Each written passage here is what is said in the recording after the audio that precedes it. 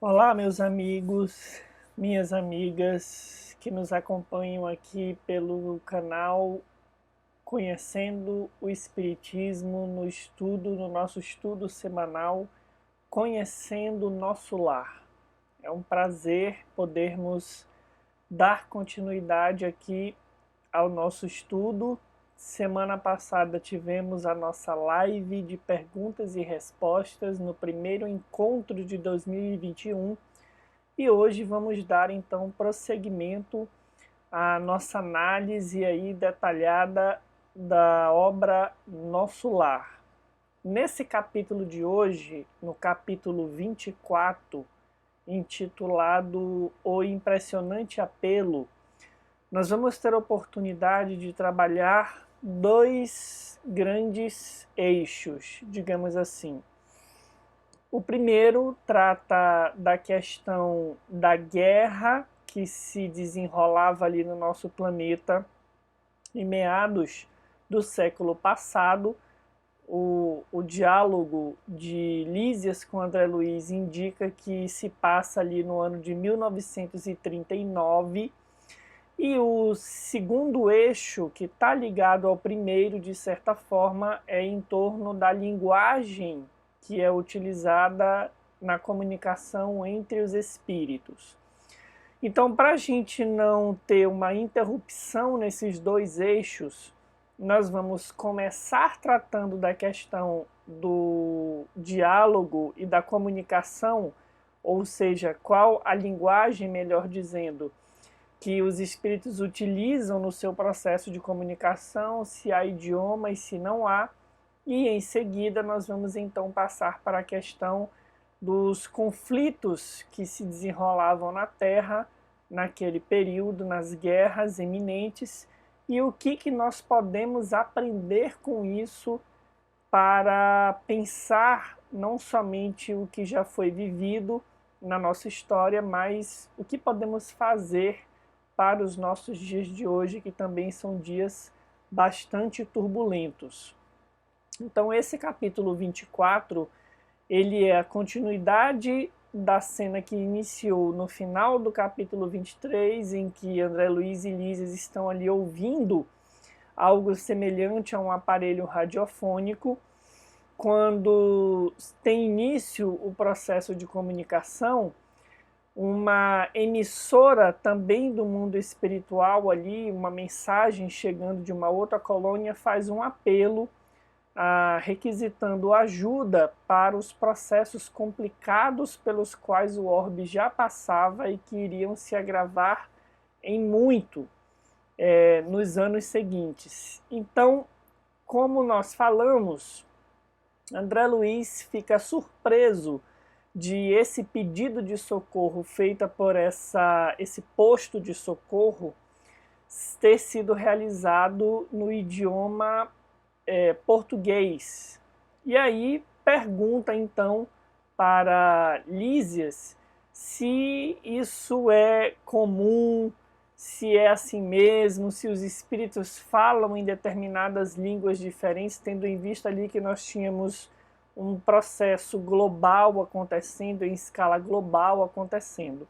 Então vamos ao texto para a gente poder ver aí com cuidado como que se desenrola esse diálogo. E a linguagem? Então, como eu falei para vocês, André Luiz vai perguntar para Lísias. Ouvir ali nitidamente o idioma português claro e correto. Julgava que todas as colônias espirituais se intercomunicassem pelas vibrações do pensamento. Havia ainda ali tão grande dificuldade no capítulo do intercâmbio. Identificando-me as perplexidades, Lísias esclareceu. Então André Luiz já tinha uma noção de que os espíritos deveriam se comunicar pelas vibrações do pensamento. Então, como é que naquela mensagem, aquele pedido de socorro que chegava naquele aparelho semelhante aos nossos radiofônicos, como é que o interlocutor, emissor da mensagem, falava o idioma português? E aí então Lísias vai explicar: estamos ainda muito longe das regiões ideais da mente pura. Tal como na Terra, os que se afinam perfeitamente entre si podem permutar pensamentos sem as barreiras idiomáticas. Mas, de modo geral, não podemos prescindir da forma no lato sentido da expressão. Nosso campo de lutas é imensurável. A humanidade terrestre, constituída de milhões de seres, une-se à humanidade invisível do planeta, que integra muitos bilhões de criaturas. Não seria, portanto, possível atingir as zonas aperfeiçoadas logo após a morte do corpo físico. Os patrimônios, vejam só, os patrimônios nacionais e linguísticos remanescem ainda aqui, condicionados a fronteiras psíquicas.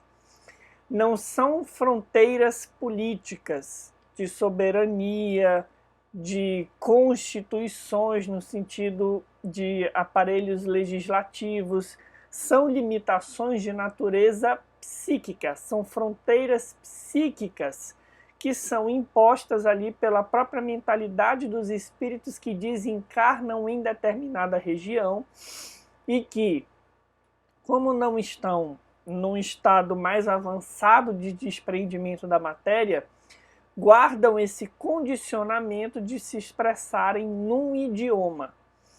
Nos mais diversos setores de nossa atividade espiritual existe elevado número de espíritos libertos de todas as limitações.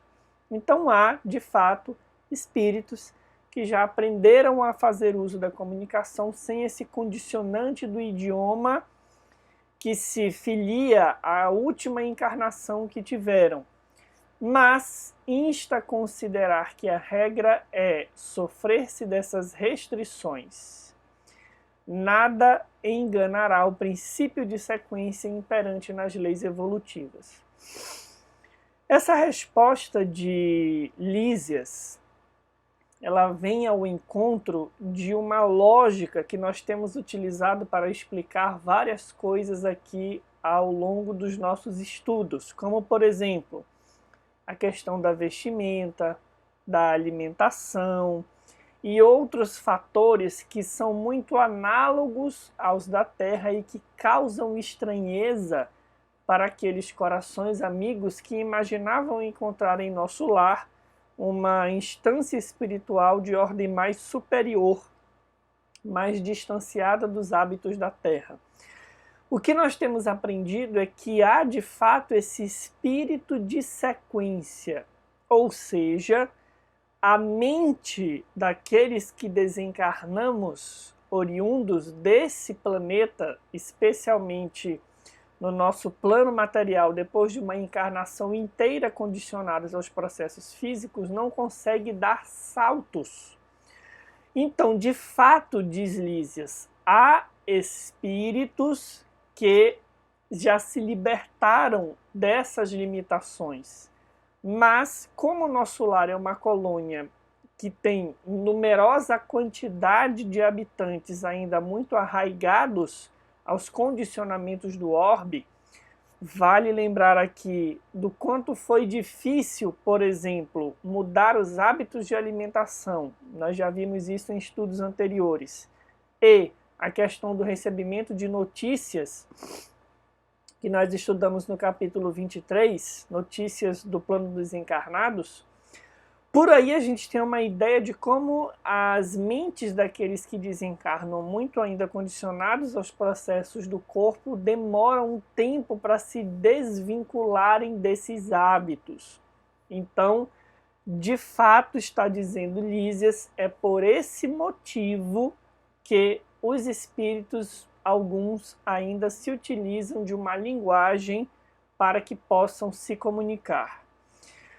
Na introdução do Livro dos Espíritos, nós temos uma afirmação de Kardec interessante que também vale ser registrada quando o assunto é linguagem entre os espíritos.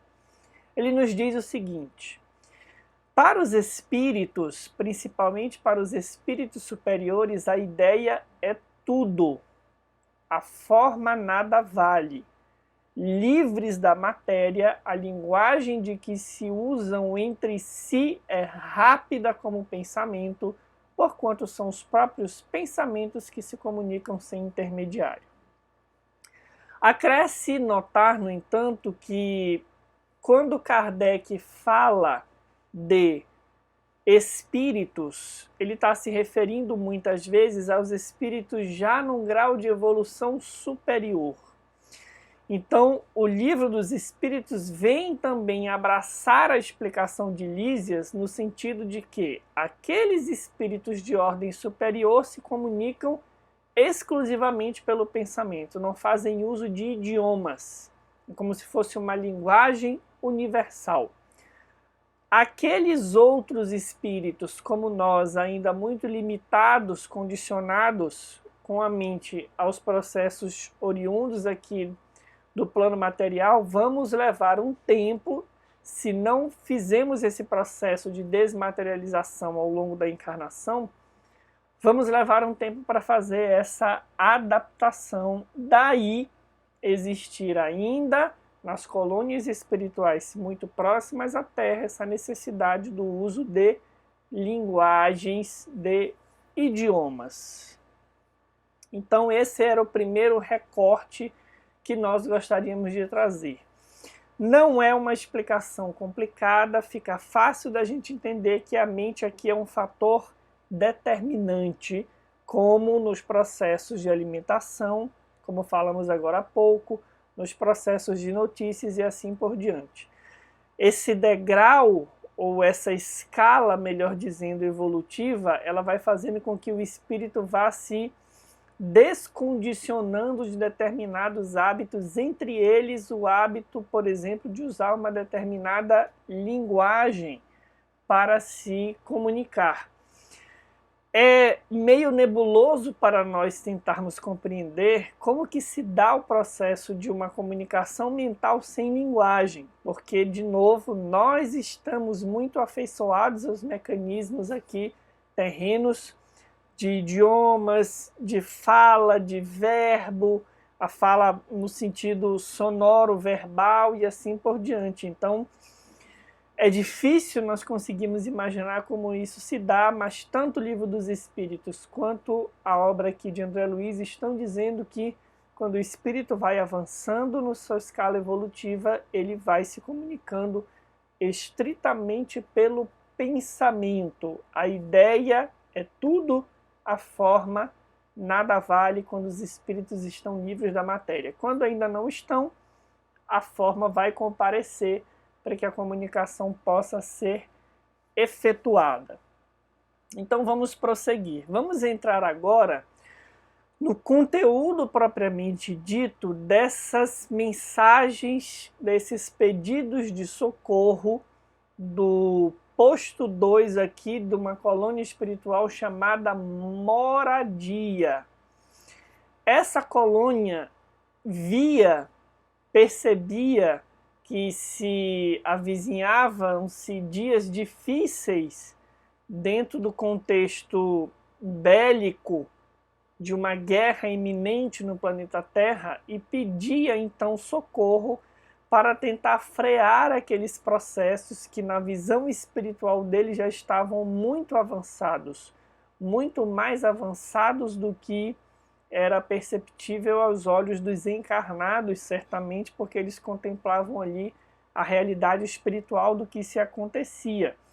Então eles pediam esse socorro para nosso lar no sentido de somarem-se esforços para atendimento àqueles que já sintonizavam nas faixas obscuras do combate, da guerra, da agressividade, tentando garantir aí uma paz. Vamos analisar então esses pedidos de socorro porque eles são muito ricos. O primeiro deles que nós recortamos, o interlocutor da solicitação de socorro diz assim: emissora do posto 2 de Moradia, continuamos a irradiar o apelo da colônia em benefício da paz na Terra. Concitamos os colaboradores de bom ânimo a congregar energias no serviço de preservação do equilíbrio moral nas esferas do globo. Eu queria chamar a atenção, primeiramente, para essa expressão, preservação do equilíbrio moral nas esferas do globo. E por que eu quero chamar a atenção dessa expressão? Porque quando a Terra entra num processo de desequilíbrio nos seus fatores morais, não entendido aqui moral no sentido de moralismo, mas no sentido de vivência do bem, da justiça, da caridade, da compreensão, do entendimento mútuo, quando falta esse equilíbrio moral nas esferas do globo, são dias difíceis e turbulentos que podem ocasionar conflitos de maior monta. Analisando, por exemplo, os nossos dias atuais, nós vemos muitas dificuldades na manutenção desse equilíbrio moral na nossa esfera.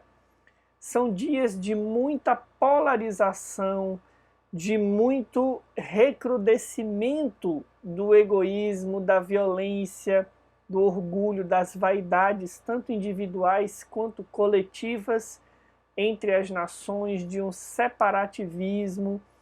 Então, esse equilíbrio moral, do ponto de vista espiritual, ele responde por uma saúde psíquica, espiritual do nosso orbe. Isso significa dizer que nesses anos aqui, quase metade do século passado e comparando com os nossos dias de hoje, dá para perceber nitidamente que a Terra, nesses dois períodos, no período a que se refere o texto e hoje, está de fato adoecida, carente de um equilíbrio moral. Nós vemos ressurgirem temas e situações, ocorrências, fatos que imaginávamos já estarem superados, determinadas ideologias que já imaginávamos não fazer mais parte da mentalidade do nosso orbe, mas que ainda teimam em comparecer, e nos dias de hoje elas se fazem muito presentes. Então, o primeiro fator interessante aqui para a gente compreender é essa questão do equilíbrio moral nas esferas aqui do nosso globo terrestre. Negras falanges da ignorância, depois de espalharem os fachos incendiários da guerra na Ásia, porque esses conflitos começaram ali no continente asiático, cercam as nações europeias, impulsionando-as a novos crimes. Por que novos crimes? Porque algumas décadas atrás havia ocorrido a Primeira Grande Guerra Mundial. Então imaginem, algumas décadas depois, a iminência de um novo conflito em escala mundial. Nosso núcleo, junto aos demais que se consagram ao trabalho de higiene espiritual, outro termo interessante, nos círculos mais próximos da crosta, denuncia esses movimentos dos poderes concentrados do mal, pedindo concurso fraterno e auxílio possível.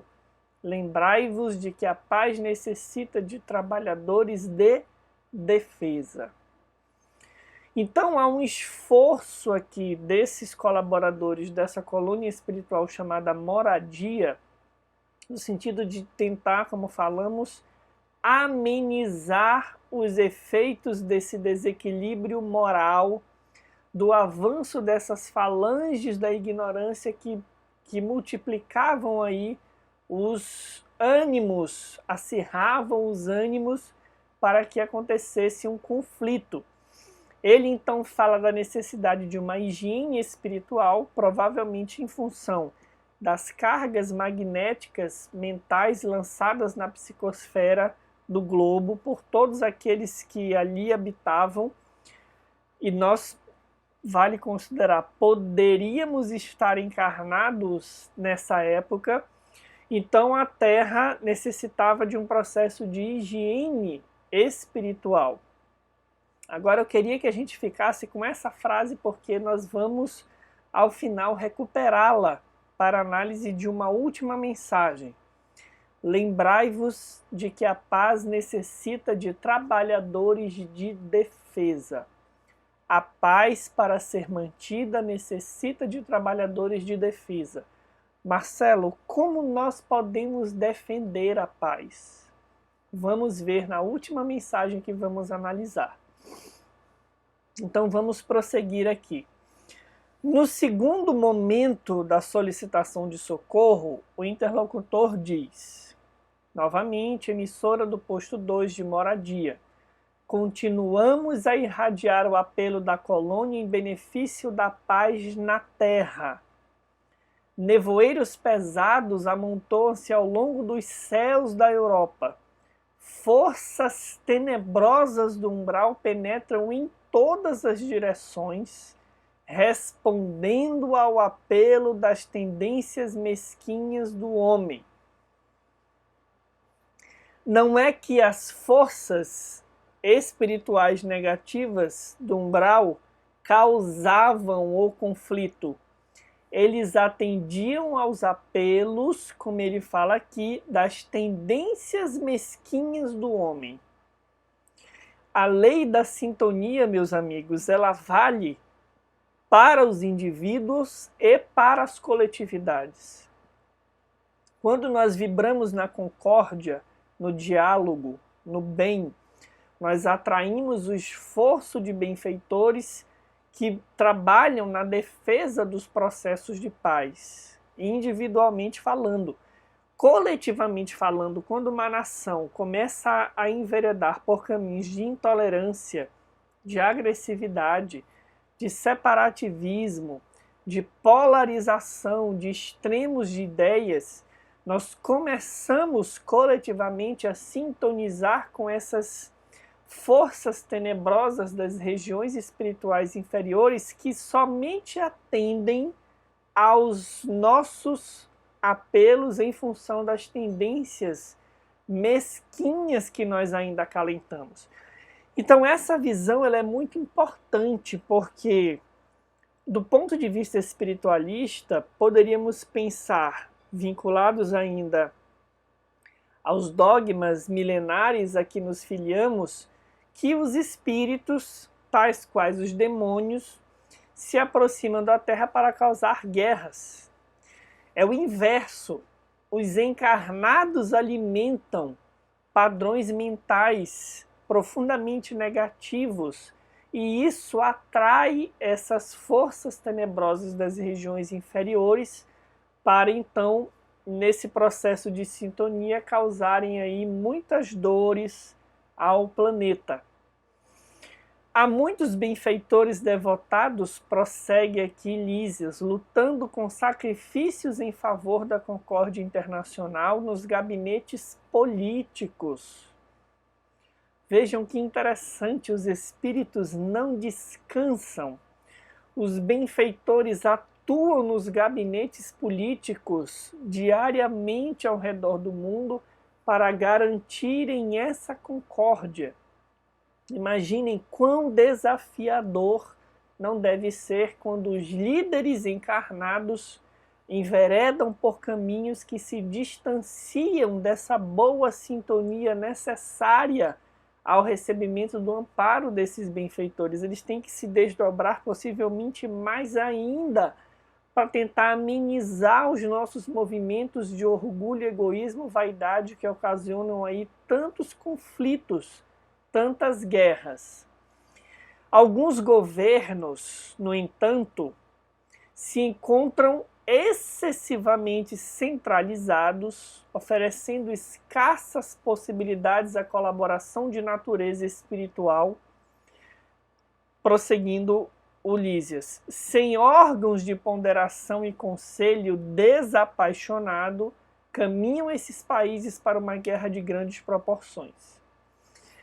Do ponto de vista político, vejam a importância de num país existirem órgãos de ponderação que trabalham de forma desapaixonada, fazendo uso da razão. Esses órgãos eles se contrabalanceiam na tentativa de evitar conflitos que podem surgir quando os países, eliminando essas instâncias de controle e diálogo, se centralizam excessivamente em determinados argumentos e tornam-se então intolerantes. Continuemos. Ó irmãos muito amados dos núcleos superiores, auxiliemos a preservação da tranquilidade humana. Defendamos os séculos de experiência de numerosas pátrias mães da civilização ocidental. Que o Senhor nos abençoe. Então, é muito rico esse pedido de socorro, porque ele vai desenhando como que, do ponto de vista espiritual, a questão dos desenrolamentos políticos vão ganhando contornos que fogem aos nossos olhos, fogem à nossa visão de encarnados. Os espíritos se esforçam diariamente para manter esse equilíbrio no planeta. E nós podemos, como vamos ver de novo na última mensagem, somar esforços com esses benfeitores.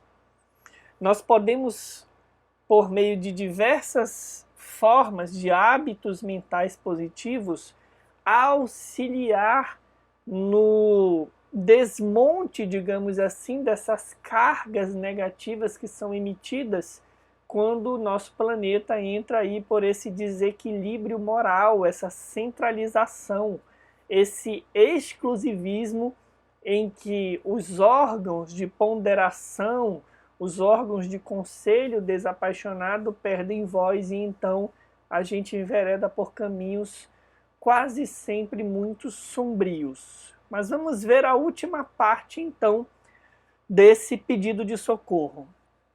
Ele diz assim, emissora, de novo, do posto 2 de moradia. Quanto estiver ao vosso alcance, vinde em nosso auxílio. Somos a parte invisível da humanidade terrestre e muitos de nós volveremos aos fluidos carnais para resgatar prístinos erros. A humanidade encarnada é igualmente nossa família. Vejam que visão interessante. Porque a gente poderia pensar assim, os espíritos não se preocupam com o que acontece na Terra. Ótimo, se tem uma guerra na Terra, eles não vão desencarnar, não tem o que temer. Engano da nossa parte. Aqueles espíritos superiores que já conseguem ver ou vivenciar o amor do ponto de vista da família universal, sofrem com qualquer fato que coloque em risco ou que traga sofrimento para essa família de caráter universal. Ele lembra mesmo que eles voltarão à Terra. Então, que tipo de planeta desejam encontrar quando voltarem para resgatarem os seus erros? Nós podemos pensar assim. Nós não devemos pensar, estou no final da vida, esse planeta vai ficar aí, alguém conserta. Nós podemos desenvolver um sentimento de empatia pela coletividade a que estamos filiados e lembrarmos que vamos retornar para esse plano, para darmos continuidade à nossa evolução espiritual. Que mundo nós queremos encontrar quando voltarmos? Então é preciso trabalhar ativamente na defesa da paz e na construção do bem. Unamo-nos numa só vibração. Contra o assédio das trevas, acendamos a luz. Contra a guerra do mal, movimentemos a resistência do bem.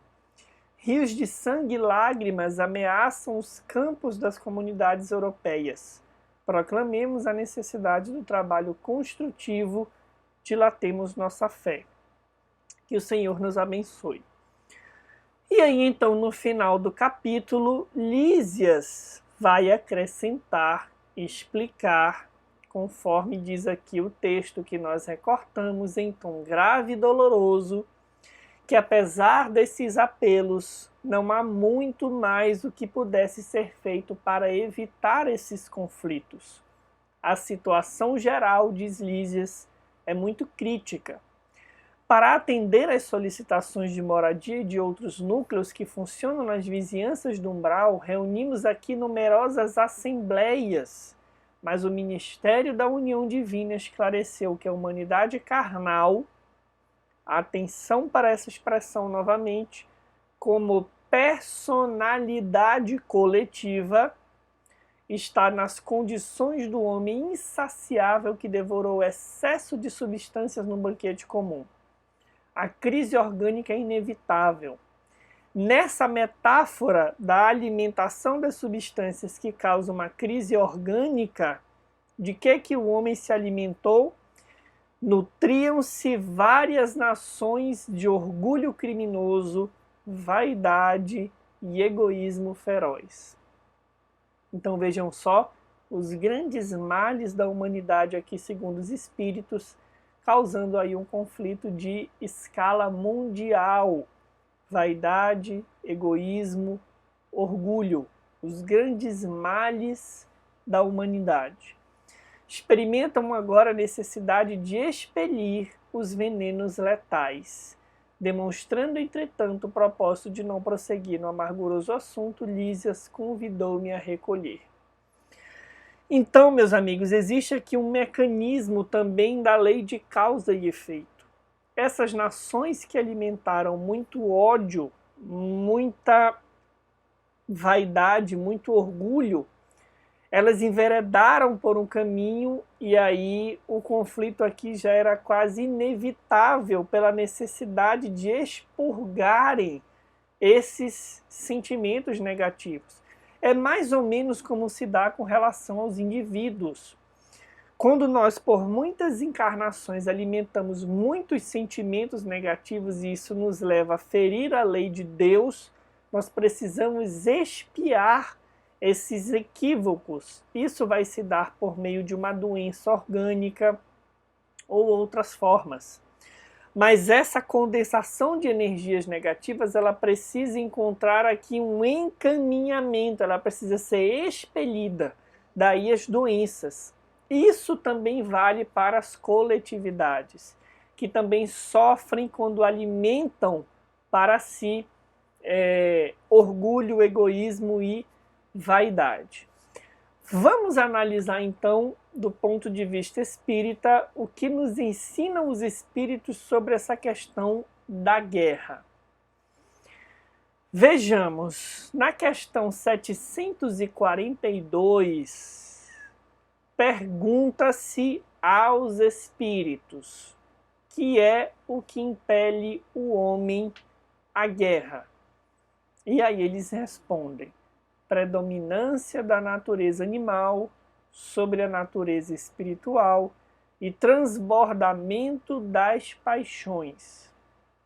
Então nós sabemos que existe uma evolução do princípio inteligente que alcança a condição de espírito independente com livre-arbítrio e que, nesses primeiros estágios, o espírito ainda é muito dominado pelos instintos, mais próximo da natureza animal. Com o passar do tempo, como diz lá no Evangelho segundo o Espiritismo, nós desenvolvemos sensações e depois sentimentos. Então a guerra, ela é fruto dessa predominância da natureza animal. A lei, como eles vão dizer logo em seguida, do mais forte. No estado de barbaria, os povos um só direito conhecem, o do mais forte.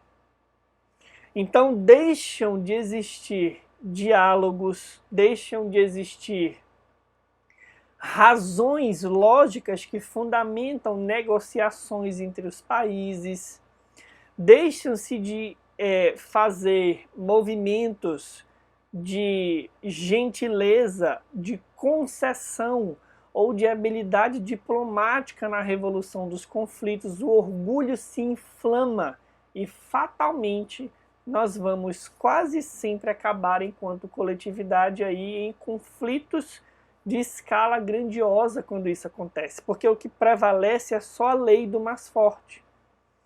Quem tem mais armas quer fazer prevalecer a sua vontade.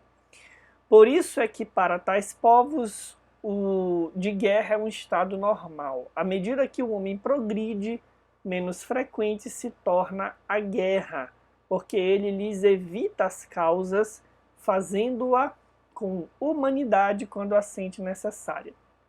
Então, mesmo nesse estágio intermediário, estão dizendo os espíritos, quando o homem vai progredindo, a quantidade de guerras vai diminuindo. E isso é patente na nossa história.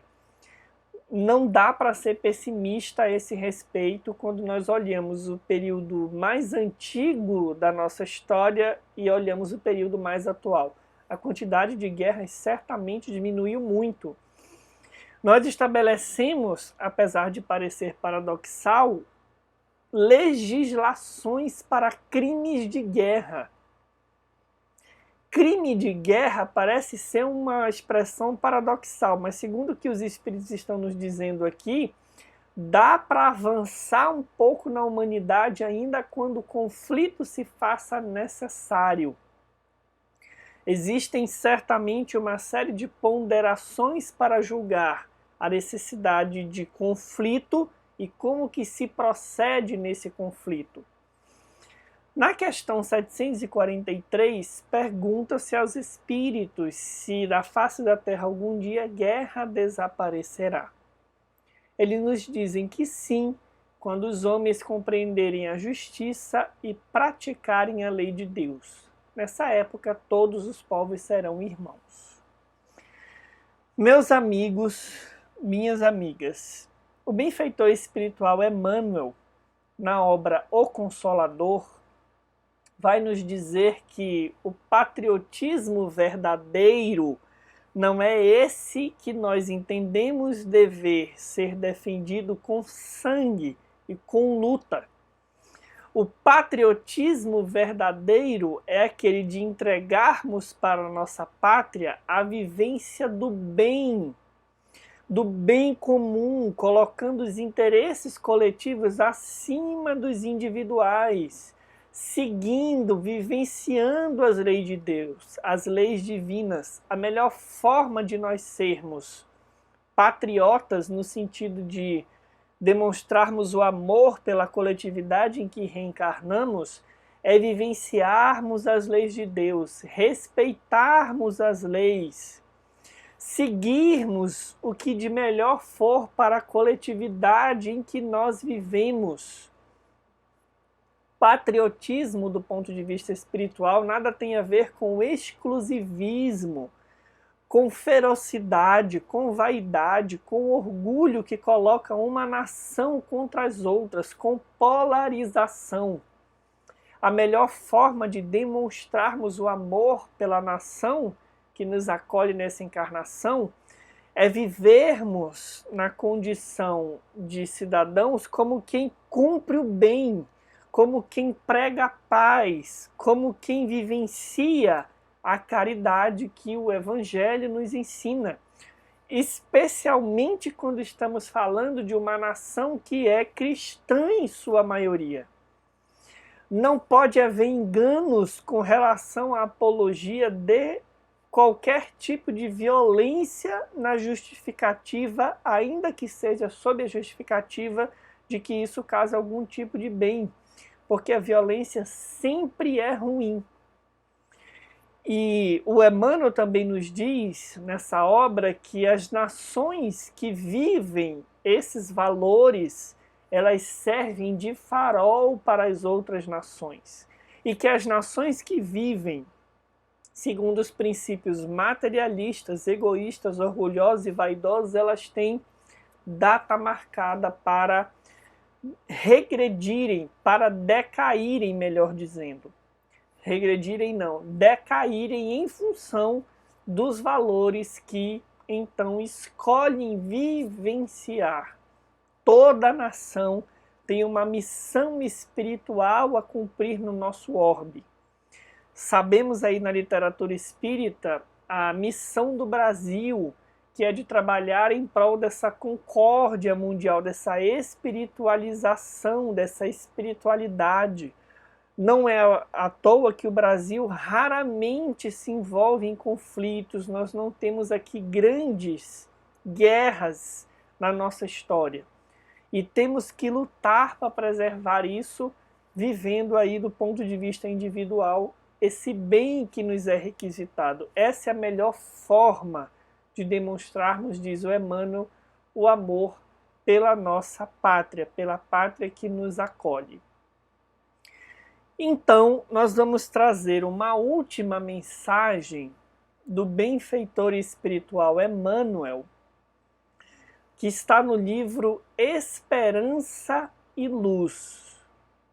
O título da mensagem é muito interessante: As Sentinelas da Luz do Santuário. Nessa mensagem, Emmanuel vai tecer alguns comentários sobre esses tempos difíceis que o nosso orbe atravessa e o que nós podemos fazer, primeiro, para entender o que se passa e, segundo, para agirmos somando esforços às correntes do bem. Vamos então conferir. Emmanuel diz assim: lembremos que essas mensagens são do século passado, próximas aí o tempo desses conflitos em escala mundial. A tempestade avizinha-se nos horizontes políticos e sociais do mundo inteiro. Todas as vozes falam de um perigo iminente e todos os corações sentem algo de estranho no ar que respiram. Percebem que esse sentimento ele é semelhante ao que nós sentimos nos dias de hoje. Porque, na verdade, o processo de regeneração do orbe ele já vem em amadurecimento há algum tempo. É como se fosse um movimento que vai ganhando cada vez mais volume e que nos dias atuais, passados aí 70 anos, por volta de 70 anos desses conflitos, nós podemos dizer que as nossas sensações continuam semelhantes. Percebemos tempestades nos horizontes políticos e sociais do mundo e a gente sente algo de estranho no ar. A revelia da pandemia. Nós estamos falando aqui de uma efervescência política e social. Fala-se no coletivismo, vejam só que coisa interessante, fala-se no coletivismo, lembra Emmanuel, recolhendo-se cada qual no exclusivismo feroz. Muitos líderes defendem essa visão coletiva, mas têm atitudes de exclusivismo, de isolacionismo. E fala-se de nacionalismo e de pátria dentro do mesmo conceito de egoísmo e de isolamento. É por isso que eu falei para vocês que no livro Consolador, Emmanuel nos diz que a melhor forma de honrar a pátria é a vivência do bem, da caridade e da justiça. Não tem nada a ver com isolacionismo, com polarização. Esses extremismos, prossegue o Emmanuel, caracterizam um período de profunda decadência nos costumes sociais e políticos. Vejam só como falamos desta época de transições. Então nós estamos num período em que há uma decadência da forma como nós viemos governando esse orbe no que diz respeito às nossas instituições antiquadas, que, como diz Kardec no último capítulo da obra Gênese, vão fatalmente serem reformadas ou desaparecerem. Não dá para isso acontecer sem que se sintam turbulências. é a decadência dos costumes sociais e políticos que precisam ser renovados. Apesar, porém, de sua complexidade, esse fenômeno pode ser definido como a angústia generalizada do homem nas vésperas de abandonar a sua crisálida de cidadão. O que isso quer dizer? Eu vou ler de novo, porque é uma frase muito provocativa. Apesar, porém, de sua complexidade, esse fenômeno pode ser definido como angústia generalizada do homem nas vésperas de abandonar a sua crisálida de cidadão. Ou seja, nós vamos passar para um período em que esses nacionalismos extremos deixarão de existir, porque nós entenderemos que somos irmãos. A nossa cidadania não tem uma vinculação nessa encarnação. Nós somos filhos de um só Deus. E perceber isso para alguns espíritos ou aceitar isso é muito difícil, é muito assustador. Daí nós vermos esses nacionalismos extremistas que tentam reacender no mundo esses movimentos, mas que na verdade, como nos fala Emmanuel já há várias décadas atrás, é a angústia generalizada do homem nas vésperas de abandonar a sua crisálida de cidadão. Nós passaremos a nos ver como seres de um universo só, como irmãos, não como alguém que tem que defender os seus interesses em detrimento dos interesses de outro, ou se afirmar fazendo isso de forma violenta, ou tentar levar exemplos para o mundo por meio de guerras, de conflitos, impondo valores de uma forma sangrenta e violenta. Prossegue o benfeitor. Todos os acontecimentos que abalam o planeta, espalhando nos seus recantos mais remotos uma onda revolucionária e regeneradora, significam o trabalho intenso e difícil da laboriosa gestação do novo organismo de leis, pelo qual se regerão mais tarde os institutos terrenos. Ler essa linha de raciocínio do Emmanuel nos enche de esperança, porque é um processo de gestação. A gestação, por mais tranquila que ela seja, ela é um processo de profundas transformações, mas que vão desaguar, na metáfora da gestação, no parto de uma nova sociedade. Como está dizendo aqui Emmanuel, as nossas leis, a partir desses momentos turbulentos, que parecem não ter ordem, que parecem não ter causa, ou que parecem ser uma regressão de tudo isso que acontece com a permissão de Deus para que se possa acelerar o nosso progresso, de tudo isso sairão as nossas leis renovadas e as nossas instituições. Imaginemos que, por exemplo, filósofos como Kant, Immanuel Kant, há muitos séculos atrás, já desenhava na construção da sua ética a ideia de uma paz perpétua, de um cosmopolitismo, ou seja, de valores universais que garantiriam a todas as pátrias conviverem com respeito recíproco. Por aí nós podemos entender que esse filósofo certamente era uma alma que veio inspirar os homens, mas que, lançando a semente de uma paz perpétua e universal e de um cosmopolitismo, essa semente ainda precisou ou continua precisando de um tempo para que possa conseguir desabrochar. Sigamos. Ditadores e extremismos são expressões transitórias dessa fase de experiências dolorosas. Tudo é transitório, meus amigos, porque a verdade é que o cidadão da pátria, vejam só, será substituído pelo homem fraterno, irmão dos seus semelhantes e compenetrado dos seus deveres de amor. Compreendemos? O cidadão da pátria que muitas vezes acredita que o seu interesse para ser garantido precisa ser oposto ou opositor aos interesses do seu semelhante, esse cidadão será substituído pelo homem fraterno, que vê os outros como irmãos.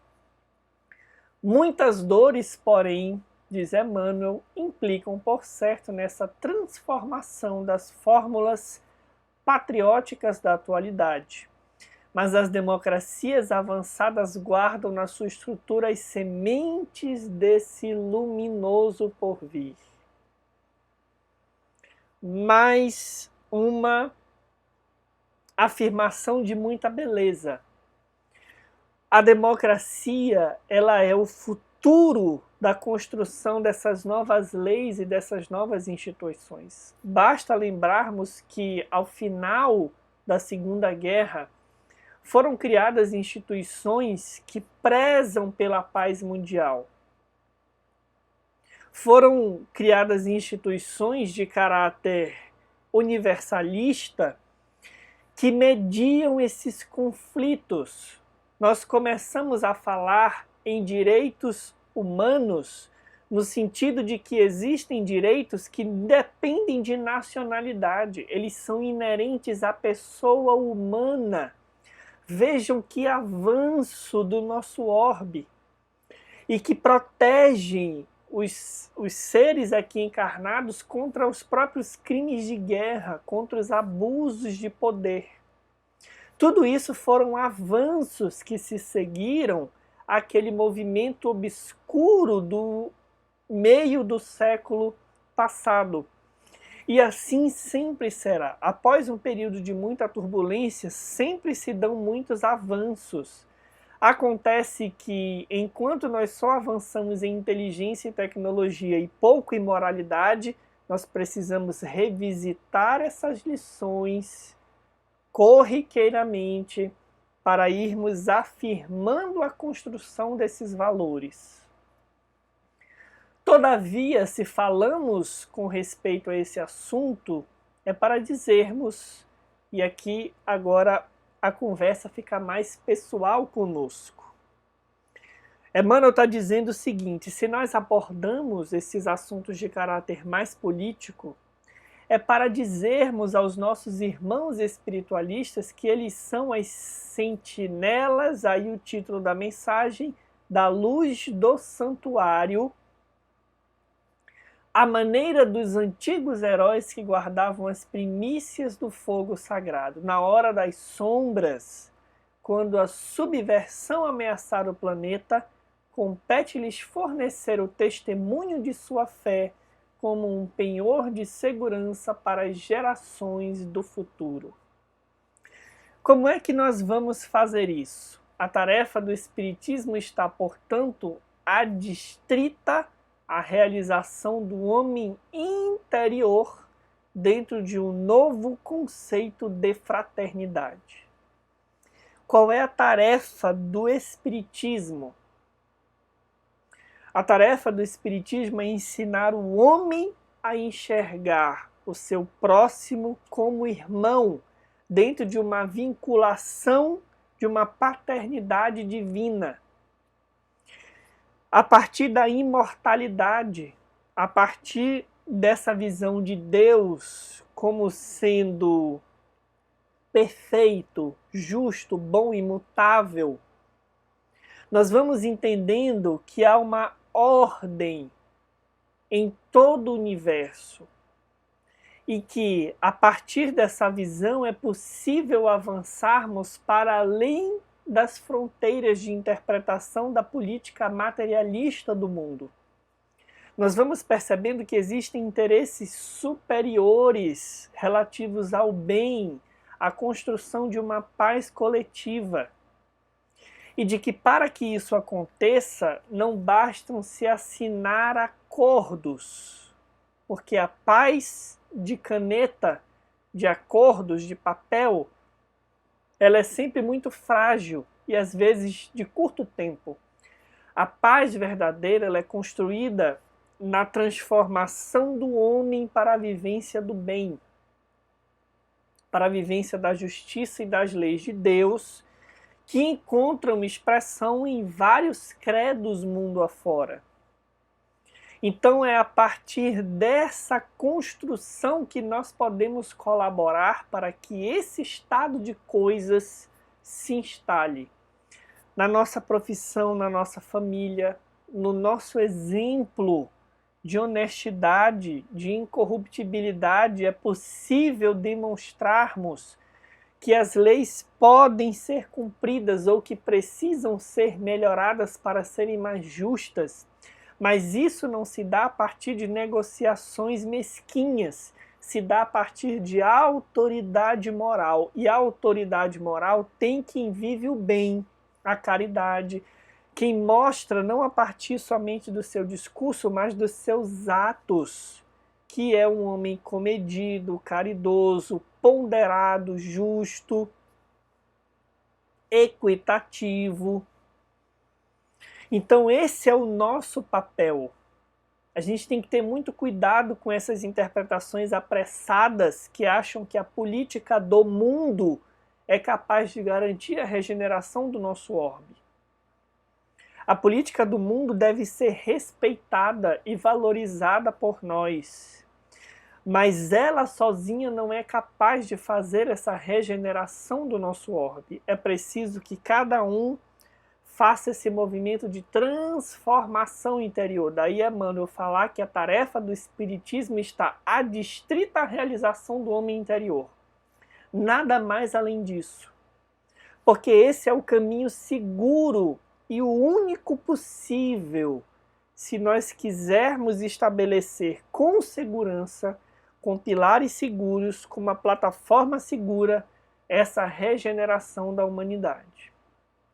É por isso que para Jesus não há pressa, porque não é quantidade, é qualidade desse processo de conversão ao bem, qualidade na profundidade, na vivência diária dos exemplos, no esforço de sermos homens que ocupam a vida social, homens de bem, homens verdadeiramente éticos, justos, caridosos, não somente quando esse interesse nos diz respeito, quando a ocasião nos favorece, mas principalmente quando precisamos abrir mão de algo para que a coletividade se favoreça e ganhe.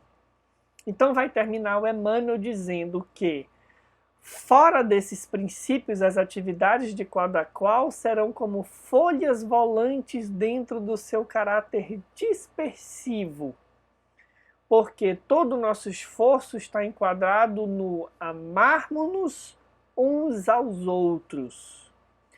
E é essa fórmula que deverá representar a bússola das atividades dos espiritualistas sinceros, os quais com os seus esforços, com os seus abençoados sacrifícios, melhor dizendo, serão os, vejam o peso dessa expressão, engenheiros sociais do tempo do porvir.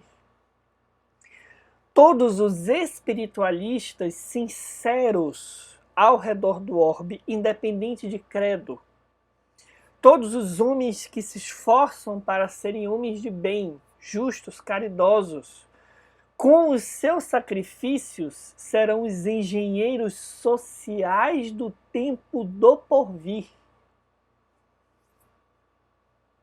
Então independe da anuência ou do poder ou do dinheiro dos poderosos da terra, das instituições antiquadas políticas. Esse processo de reconstrução ele vai ser realizado por esses espiritualistas sinceros. Eles vão ser os engenheiros sociais da reformulação desses tempos. A gente poderia aqui desenrolar esses argumentos em muitos outros mais a respeito da regeneração do nosso orbe, mas o nosso tempo assim não permite. Fica o convite para que nesse capítulo em que nós analisamos esse rico pedido de socorro da colônia espiritual chamada Moradia, que fala dessa guerra iminente que aconteceria ali, da Segunda Grande Guerra, e que assemelha-se à tensão mundial existente nos dias de hoje, ao questionamento dos valores de justiça, dos valores democráticos, tempos sombrios em que nós precisamos, como diz Emmanuel, provar pela nossa vivência os valores que nós acreditamos do bem coletivo, da justiça e da ética. O nosso convite é para que nós sejamos capazes de testemunhar isso nos menores espaços da nossa vivência. A começar pelo nosso lar, que é o grande gerador de homens que favorecem a justiça, a paz e a ética. Quando o lar cumpre a sua função, a paz na terra está resguardada, porque mais um indivíduo saberá se portar na coletividade. Então é o momento do nosso testemunho nos espaços em que nós ocupamos, quando nós expressamos uma ideia, quando nós falamos através de um posicionamento sobre os fatos do mundo, nós estamos ou ingressando à fileira das velhas instituições, dos velhos valores, ou nós estamos nos enquadrando no rol dos espiritualistas sinceros e que vamos poder dar a nossa singela contribuição como engenheiros sociais desses tempos do porvir na regeneração do planeta. Nós encerramos aqui o estudo desse capítulo maravilhoso. Te convidamos para você deixar aí os teus comentários, as tuas dúvidas. Nós levamos todos eles para a nossa live no primeiro sábado de cada mês. Compartilha o nosso estudo e todos os outros da plataforma Conhecendo o Espiritismo ou de qualquer um que leve o bem de forma equilibrada, sem sensacionalismos, sem apelos extravagantes. Vamos compartilhar a produção desse bem para que mais corações possam, então, se beneficiar desses momentos de luz que nós fazemos quando estudamos juntos. E assim nós nos despedimos e desejamos que possamos estar juntos no próximo sábado para mais um estudo do capítulo dessa obra fabulosa que é Nosso Lar. Um abraço a você e que Deus nos abençoe.